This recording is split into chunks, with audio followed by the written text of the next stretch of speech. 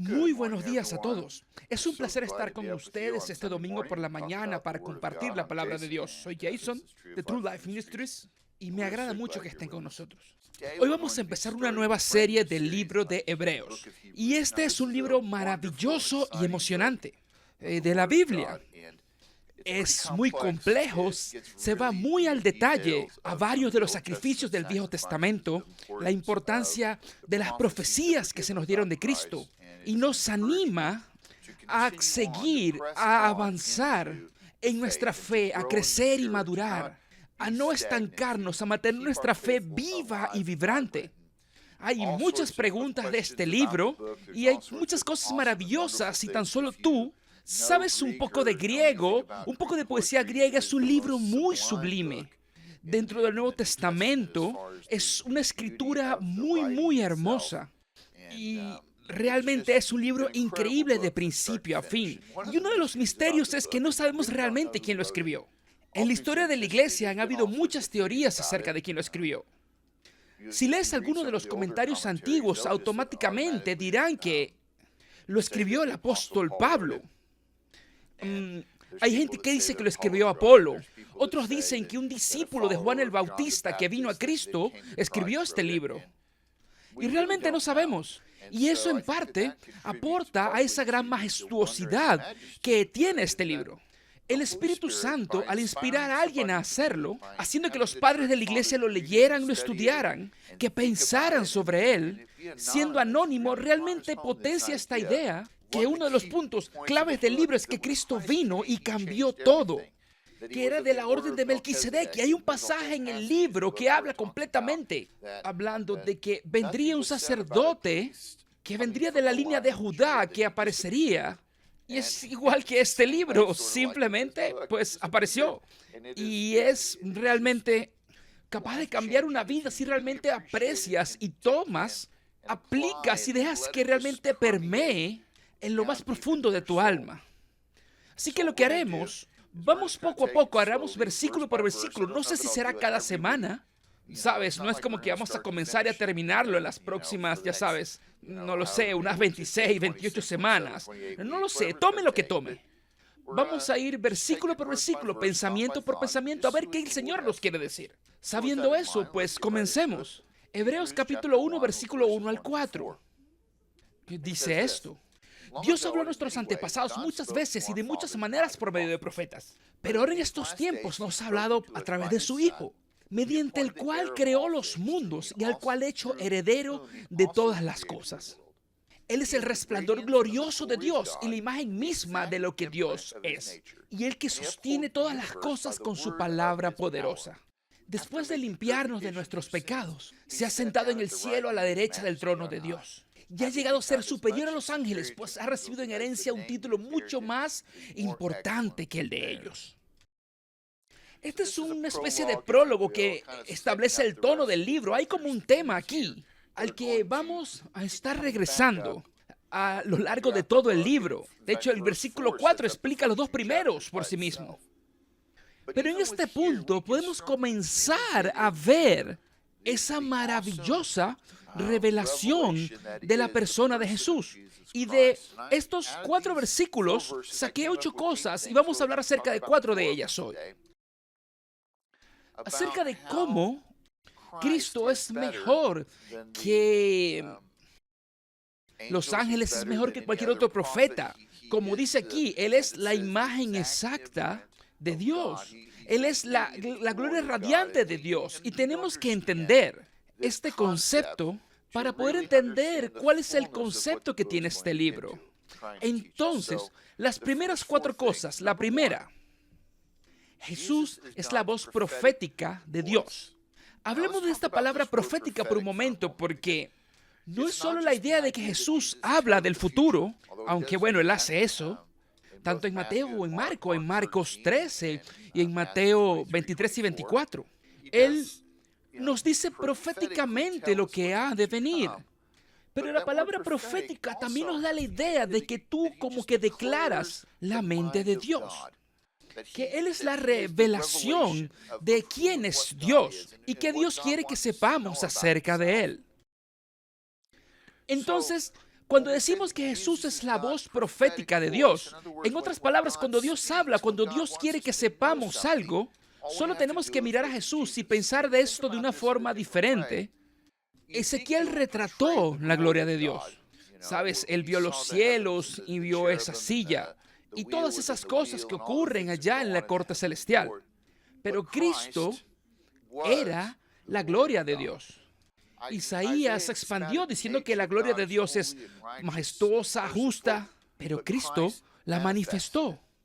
Jeremías describe el poder de Dios, pero Cristo lo mostró. Esa es la importancia del tercer versículo. Él es el resplandor glorioso de Dios, su propia imagen, y que sostiene todo el universo con su palabra poderosa.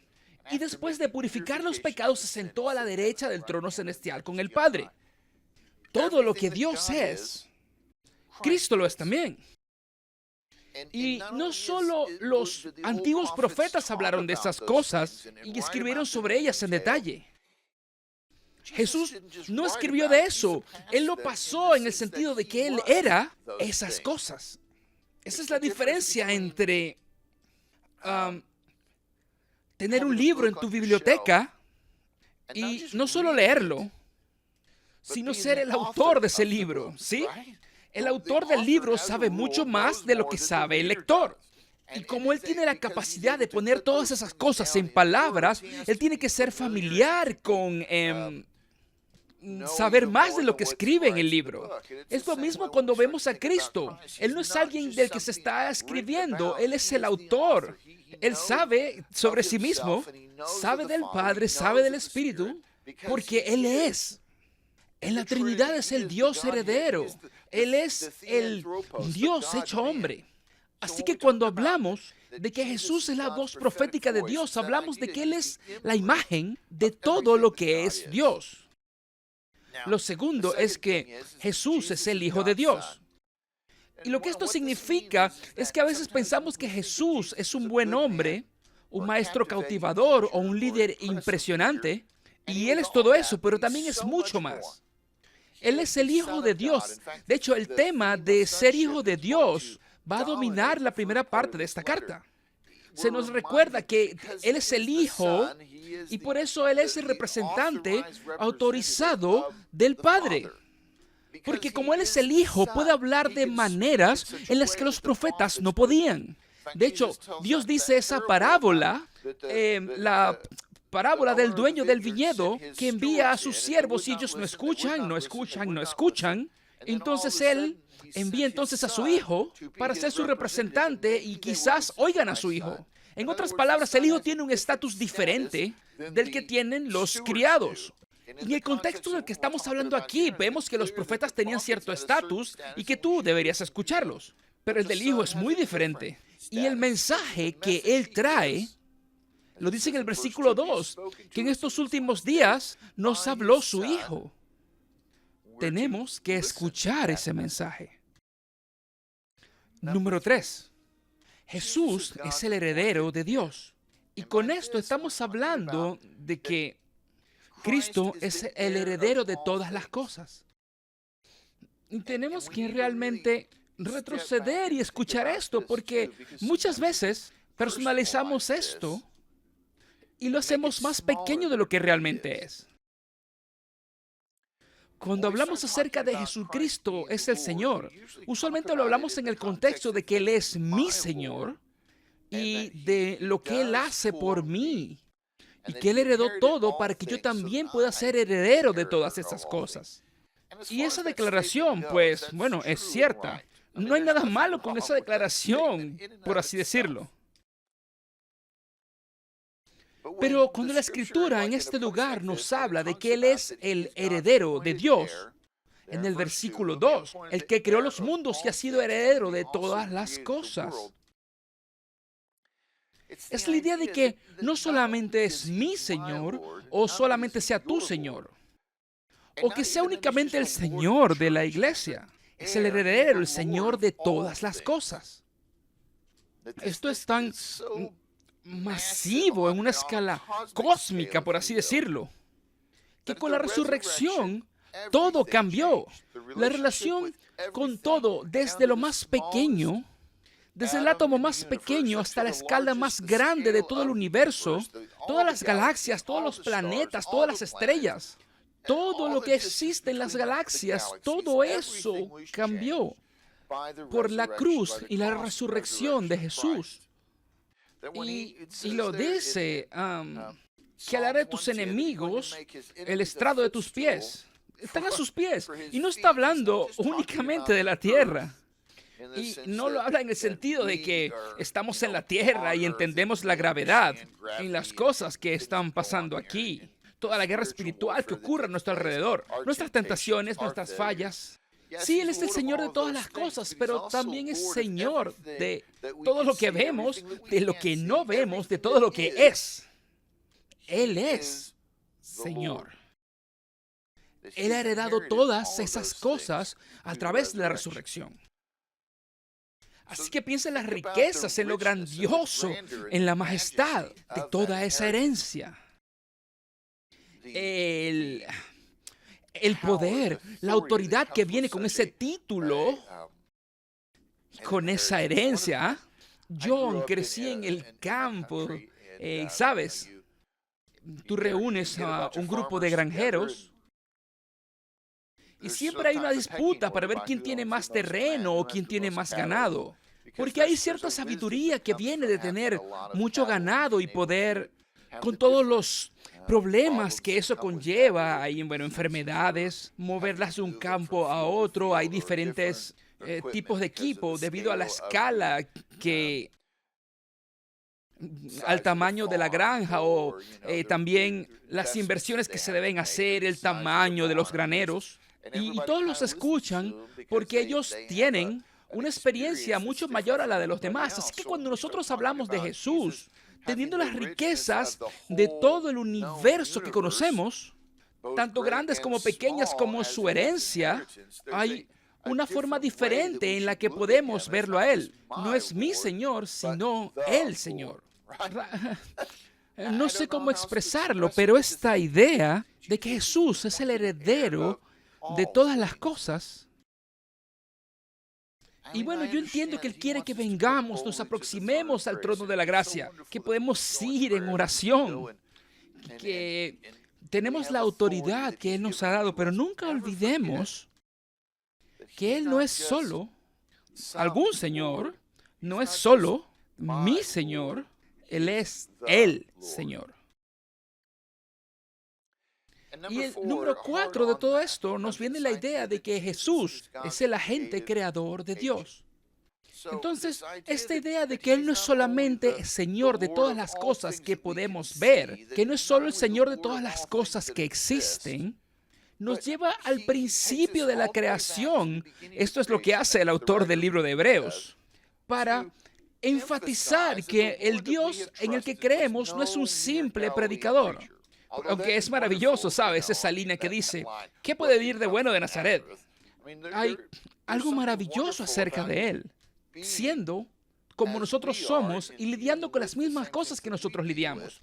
Pero muy por encima de todas esas cosas, Él también es una parte activa de todo el trabajo creativo de Dios.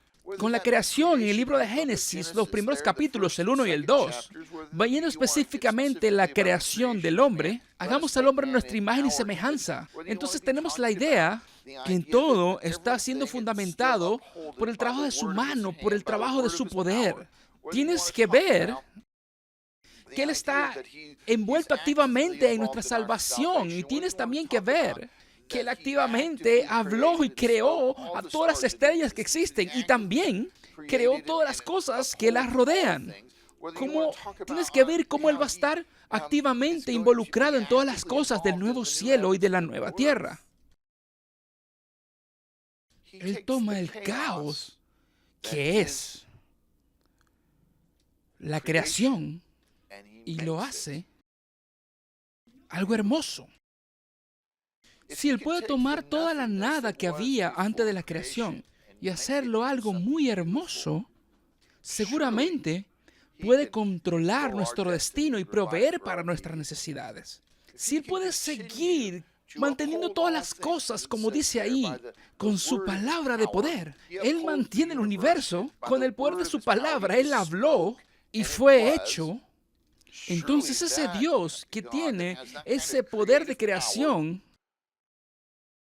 puede seguir moviéndose y manifestándose en nuestras vidas cuando Él nos hace una promesa, ya sea por su palabra o por tu fe, por la predicación de su palabra, por ese silencio que experimentamos al estar sentados en su trono. Cuando Él hace esa promesa, Él puede mantenerla. Y aunque no veamos el cómo, la idea de ser Él el agente creador de Dios, que mantiene todo por el poder de su palabra, con tan solo hablar, eso es suficiente para que las cosas ocurran.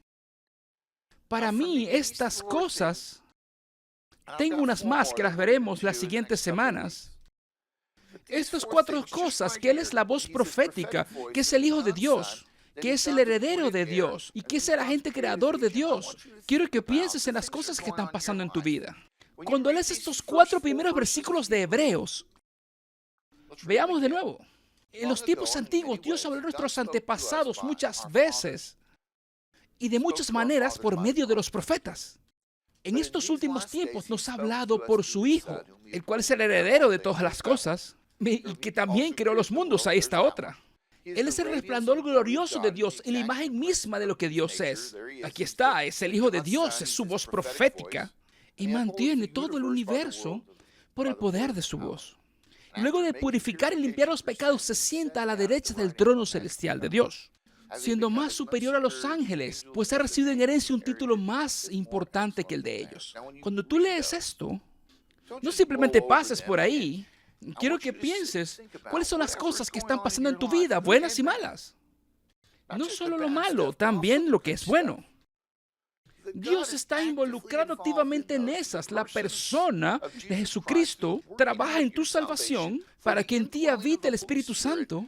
Él está hablando en su voz profética, está declarándote a ti cuál es la voluntad de Dios para tu vida. Está ahí el heredero de Dios hablándote a ti acerca de lo que debe hacerse, cómo hacerlo, el modelo que ha de seguir. Él tiene todo el universo a su disposición para que ayudarte. Él tiene todo el poder de creación para hacer que las cosas pasen. Y si te dio una promesa y no ves cómo pueda ocurrir, Él es Dios.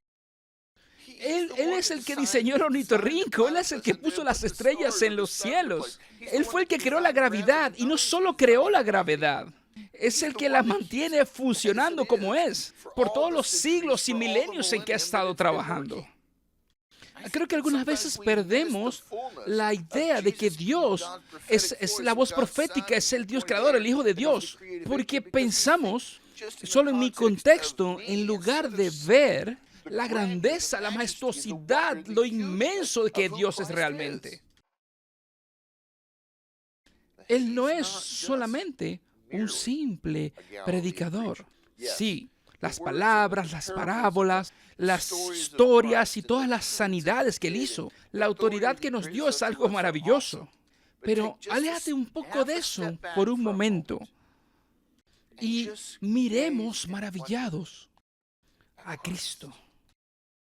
Si te ayuda, ve al libro de Apocalipsis y mira eso. Esa visión que Juan tuvo. Ve a Mateo 17 y ve al Cristo transfigurado. Su pelo blanco, los pies de bronce, todas esas cosas. La gloria radiante de lo que Él realmente es. La magnificencia del Cristo levantado. Él está activamente envuelto en tu vida. Como dice en el libro, Él vive para ser nuestro intercesor. Este es el que está orando por nosotros, el que se mueve por nosotros. Es el que va a clamar por nosotros. Con nosotros, adelante, detrás, alrededor de nosotros. Piensa en esa historia con Esteban, cuando lo están apedreando y se va a convertir en un mártir. Y dice que miró hacia arriba y se abrieron los cielos y vio a Jesús ahí de pie, casi que aplaudiéndolo, definitivamente reconociendo lo que Esteban iba a hacer. Agranda tu visión de Cristo mucho más con estos 4 versículos de Hebreos. Que tu visión, tu entendimiento de quién es Cristo, lo que Él hace por nosotros y por nosotros, que eso crezca en ti. Deja que tus situaciones se minimicen al colocar tu mirada sobre Cristo. Todas las cosas terrenales pasarán a un segundo plano si ves quién es realmente Cristo. Es algo maravilloso en lo que puedes pensar que el que creó el universo, el que murió por todos los pecados, el Hijo de Dios, la voz profética, Él es mi Salvador, el Salvador de todo el mundo. Él vive en mí y todo lo que Él es todo lo que yo quiero ser. Vamos a orar. Señor, venimos delante de ti, te doy gracias por tu misericordia y te pido que nos ayudes a agrandar nuestra visión de lo que Cristo es en nuestra vida. No es solo un predicador, aunque realmente apreciamos lo que predicó. No es solo el Señor, en el sentido de ser mi Señor. Eso es cierto. Él es el Señor. El Señor de todo, como dice Apocalipsis, Rey de reyes y Señor de señores. Él sostiene todo con el poder de su palabra. Así que, Señor, te pido que nos des, que destapes nuestros corazones, nuestros ojos para ver la majestuosidad y la gloria de quién eres tú. Que veamos nuestros problemas a través de eso, que veamos nuestra vida a través de eso. Que podamos conocerte a ti en tu totalidad y que te apreciemos totalmente, que te experimentemos totalmente. Y que cuando te experimentemos, nuestra visión de ti sea grande, que se caigan las escamas de nuestros ojos, que nuestra visión sea tan radicalmente cambiada, que no vamos a hacer más nada, sino ser más grandes en nuestra fe, grande en nuestro testimonio, grande en nuestras éticas, más grande en nuestra teología, porque tú eres Dios. Te damos la gloria, la honra y el honor en el nombre de Jesús. Amén. Dios los bendiga. Nos vemos la semana que viene.